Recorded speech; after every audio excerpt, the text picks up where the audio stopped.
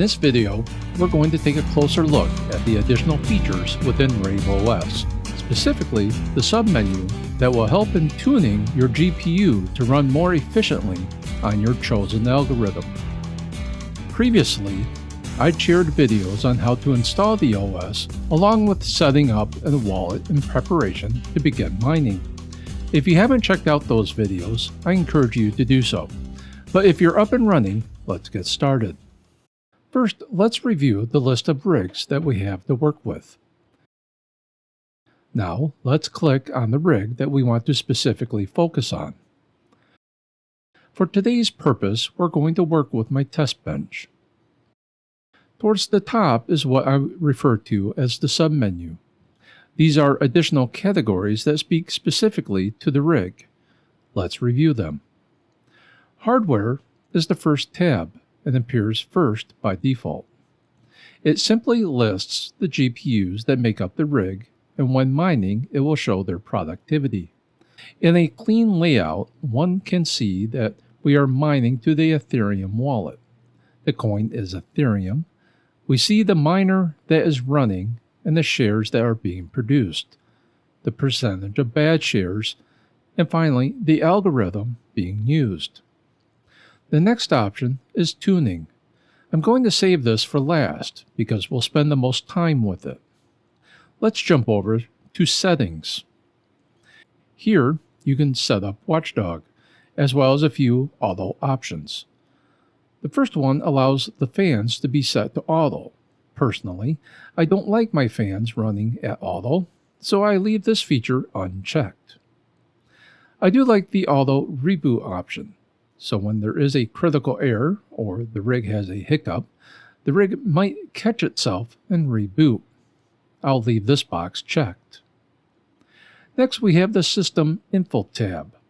Simply, this is where one goes to provide a description to the rig, helping identify it. This is most helpful when you have several rigs to manage. I'll let you review this more at your leisure, but would encourage you to fill it out.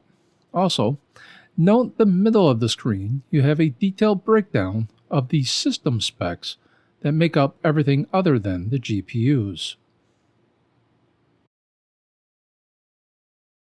The Statistics tab is just that. Here, users can see the historical performance of the rig. Ideally, if one is curious, a quick look is all that is needed to ensure that everything is mining as expected. In practice, one would want to see a flat line showing stability. Quickly though, let's review. The MPU counts will show the number of cards working. What is the hash rate, fan speed, and power draw? Load average, I believe, speaks to the CPU, but I may be wrong. Next, we have the Notification tab. Personally, I find the timestamp associated with a specific line item to be most helpful. This allows us to see when the miner started, and if there is a crash, detailed information will be shown, such as what card was the culprit and what time did it happen. Now let's return to the Tuning tab. Besides the Hardware tab, users will most likely spend most of their time here, engaged in fine-tuning their graphics cards. A whole video could be made speaking to this topic because overclocking is perhaps the most involved step for us miners. Every GPU model has different settings. Each algorithm has its own recipe to better performance. You most likely know that Ethereum and Ethereum Classic share a very similar algorithm, so a card's overclock will apply to both, providing very similar performance. This is true for coins on the Kapow algorithm, such as Ravencoin and Firo. To walk through the features, we'll speak to Ethereum Classic and the ETH algorithm. We have a nice clean layout to work with. Each card is given its own dedicated row, followed by each variable given its own column, similar to a spreadsheet. When you first get started and there are no overclocks set, everything will be zeroed out. First, notice the on-off switch. While we want our cards to run as much as possible, you may find a single card giving you problems. and that makes the rig crash. Here you can turn off the card, taking it out of the equation when all you want to do is find stability. Next, we address the topic of core clock. In the case of Ethereum Classic and the RTX 3060 and 3070, we want an offset of -100. This is because the GPU's processor is not doing the majority of the work. That is being done by the memory. So the next topic is the memory clock offset. Here I'm going to set the 3060 to 2200, followed by the 3070 at 2400. NVIDIA cards are not managed by core voltage or memory controller voltage. That's why the boxes are grayed out. But if you have cards from AMD, you would want to evaluate these settings. Let's jump over to another rig quickly to show you. Manipulating the core voltage simply influences a card's power draw.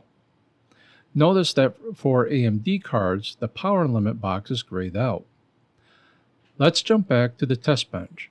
Here we can influence the power limit with the NVIDIA cards. Personally, I like the power limit option that NVIDIA offers. It's much more straightforward to determine what works best. Let me set the power limits for the respective cards.